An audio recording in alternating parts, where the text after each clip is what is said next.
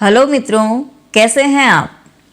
जरा एक बात सोचिए, हिंदी साहित्य की शुरुआत कहाँ से हुई और भक्ति की आवाज़ इतनी गहरी कैसे बनी। यहीं से आज की क्लास शुरू होती है। यहाँ आपको महाराजा गंगा सिंह विश्वविद्यालय बीकानेर के सभी विषयों के नोट्स मिलेंगे, तो चैनल को फॉलो कर लीजिए। और आज की क्लास है बीए सेमेस्टर फर्स्ट, सब्जेक्ट है हिंदी लिटरेचर और इस सेमेस्टर हम पढ़ने वाले हैं किताब प्राचीन काव्य, आदिकाल एवं निर्गुण भक्ति काव्य। अब अगर मन में आया हो कि मैम ये तो बहुत पुरानी और कठिन भाषा होगी, बिल्कुल नहीं। ये काव्य हमें उस समय के समाज, भावनाओं और सोच से जोड़ता है। इस किताब में हम समझेंगे आदिकाल की वीरता और निर्गुण संतों की सरल लेकिन गहरी वाणी।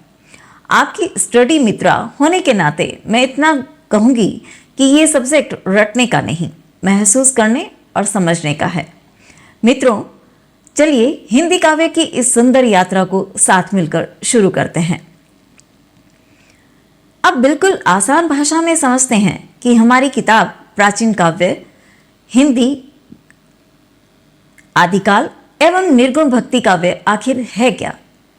हिंदी साहित्य हिंदी भाषा में रचित उन काव्य और गद्य रचनाओं का समग्र अध्ययन है जो समाज, संस्कृति और मानवीय भावनाओं को व्यक्त करती है। यह विषय विभिन्न साहित्यिक कालों और धाराओं के माध्यम से हिंदी भाषा की विकास यात्रा को समझाता है। सिंपल शब्दों में कहें तो ये किताब हमें हिंदी कविता की शुरुआत से परिचय कराती है, जहाँ से काव्य, भक्ति और भावनाओं की परंपरा शुरू हुई।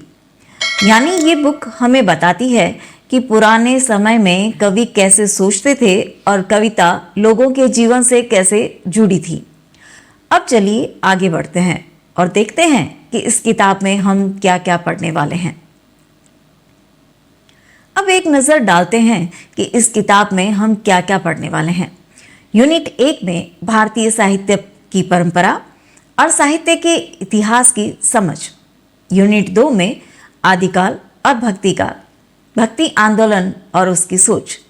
यूनिट 3 में संत काव्य और प्रेमाख्यान, भक्ति और प्रेम की भाषा। यूनिट 4 में प्राचीन काव्य के चुने हुए पाठ जैसे पृथ्वीराज रासो, विद्यापति, अमीर खुसरो। यूनिट 5 में निर्गुण संत काव्य, कबीर, जायसी, रैदास जैसे संतों की वाणी। सीधी बात है मित्रों, ये पांचों यूनिट्स मिलकर हमें हिंदी काव्य की पूरी शुरुआत समझाते हैं। अब हम शुरू करते हैं यूनिट 1 से। इस यूनिट में हम सबसे पहले ये समझेंगे कि भारतीय साहित्य की परंपरा कैसे बनी। यहाँ हम जानेंगे वैदिक साहित्य से लेकर प्राकृत पाली, संस्कृत, अपभ्रंश और तमिल संगम साहित्य तक का सफर, यानी हिंदी साहित्य की जड़ें कहाँ कहाँ से आई। साथ ही हम बात करेंगे साहित्य के इतिहास की। साहित्य का इतिहास क्यों पढ़ा जाता है, हिंदी साहित्य का इतिहास कैसे लिखा गया और उसमें क्या क्या समस्याएं आती हैं। सीधी बात है मित्रों, यूनिट 1 हमें हिंदी साहित्य को समझने की सही पृष्ठभूमि देता है। अब चलिए इसी आधार के साथ आगे बढ़ते हैं। अब चलते हैं यूनिट 2 की तरफ। इस यूनिट में हम हिंदी साहित्य के आदिकाल और भक्ति काल को समझेंगे। सबसे पहले आएगा आदिकाल, जिसमें जानेंगे इसका नाम कैसे पड़ा, उस समय की परिस्थितियां कैसे थीं, कौन कौन से प्रमुख कवि थे और उनकी रचनाओं की खास बातें क्या थीं। फिर बात होगी भक्ति काल की, जहां हम समझेंगे समाज और राजनीति का असर, निर्गुण और सगुण भक्ति का फर्क और भक्ति आंदोलन पूरे भारत में कैसे फैला। सीधी बात है मित्रों, यूनिट 2 हमें ये बताती है कि हिंदी कविता की असली शुरुआत किस सोच और किस भावना से हुई। अब चलते हैं इस काल को उदाहरणों के साथ आसान तरीके से समझते हैं। मित्रों, अब आते हैं यूनिट 3 की ओर। इस यूनिट में हम संत काव्य और प्रेमाख्यान काव्य को समझेंगे। यहाँ हम जानेंगे कि संत कवियों ने समाज को सरल भाषा में ज्ञान और भक्ति का रास्ता कैसे दिखाया। उनकी रचनाएं आम इंसान के जीवन से जुड़ी हुई होती है। साथ ही हम पढ़ेंगे प्रेमाख्यान काव्य, जहाँ प्रेम, विरह और भावना के जरिए कहानी के रूप में काव्य रचा गया। सीधी बात है, यूनिट 3 हमें ये सिखाती है कि कविता सिर्फ शब्द नहीं बल्कि भावना और संदेश भी होती है। अब चलिए इसे उदाहरणों के साथ आराम से समझते हैं। अब आते हैं यूनिट 4 की ओर। यहाँ से हम प्राचीन काव्य को सीधे रचनाओं के माध्यम से समझना शुरू करते हैं। इस यूनिट में हम पढ़ेंगे पृथ्वीराज रासो, जहाँ वीरता और युद्ध के दृश्य मिलते हैं। मनहु कला ससीभान, साहबुद्दीन का आक्रमण, राणा चौहान युद्ध दृश्य आदि। ढोला मारूरा दुहा, संपादक नरोत्तम दास स्वामी, सूर्यकरण पारिक, रामसिंह मरुधर, पाठ मरुधर परिचय, ढोला का विरह, मरुभूमि का वर्णन, लोक संस्कृति की छटा। भनई विद्यापति, संपादक कृष्ण मोहन झा, जय जय शंकर जय त्रिपुरारी, राधा कृष्ण का माधुर्य भाव, श्रृंगार की कोमलता। अमीर खुसरो, संपादक भोलानाथ तिवारी, रचनाएं दोहे, अपनी छवि बनाई के, मुकरियां, गीत छाप तिलक।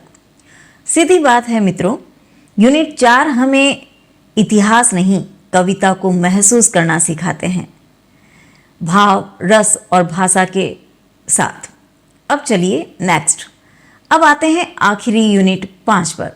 इस यूनिट में हम पढ़ेंगे निर्गुण संत काव्य, यानी वो काव्य जहां भक्ति दिखावे की नहीं सीधी दिल से जुड़ी होती है। यहाँ हम समझेंगे कबीर, जायसी, सुंदरदास और रैदास जैसे संत कवियों को, उनकी वाणी, उनके विचार और समाज को दिया गया उनका संदेश। कबीर ग्रंथावली, संपादक श्याम सुंदर दास। जायसी, संपादक रामचंद्र शुक्ल, पाठ सिंघल द्वीप खंड, मानसरोवर वर्णन, पनिहारिन प्रसंग, सिंघलगढ़ का दृश्य। सुंदर ग्रंथावली, संपादक हरिनारायण शर्मा, पल्लू ही में मरी जात, काम व वैराग्य विचार, सामाजिक नैतिक शिक्षाएं। रैदास बानी, संपादक डॉक्टर सुखदेव सिंह। इन रचनाओं में हमें मिलेगा ज्ञान, वैराग्य, प्रेम और सामाजिक बुराइयों पर सीधी चोट। सीधी बात है मित्रों, यूनिट 5 हमें सिखाती है कि सच्ची भक्ति बाहरी कर्मों में नहीं, अंदर की समझ में होती है। अब इसी के साथ हमारी इस किताब की यात्रा पूरी हुई है। ऑलराइट मित्रों, आज हमने बीए सेमेस्टर फर्स्ट हिंदी साहित्य की किताब प्राचीन काव्य, आदिकाल एवं निर्गुण भक्ति काव्य का पूरा सिलेबस एकदम आसान और साफ तरीके से समझ लिया है। अब आपको ये क्लियर हो गया होगा कि इस किताब में कौन कौन से काल, कवि और रचनाएं हम पढ़ने वाले हैं। और प्राचीन काव्य सिर्फ कठिन ही नहीं बल्कि भाव, भक्ति, जीवन से जुड़ा हुआ है। आपको आज की क्लास कैसे लगी ये ज़रूर बताइएगा। आपकी राय से ही पढ़ाने का तरीका और बेहतर बनता है। अगली क्लास से हम एक एक पाठ को धीरे धीरे सरल भाषा और उदाहरणों के साथ समझेंगे, ताकि हिंदी साहित्य आपको बोझ नहीं बल्कि जीवन का हिस्सा लगे। तो जुड़े रहिए MGSU मित्राधे के साथ, आपका अपना स्टडी मित्रा। धन्यवाद।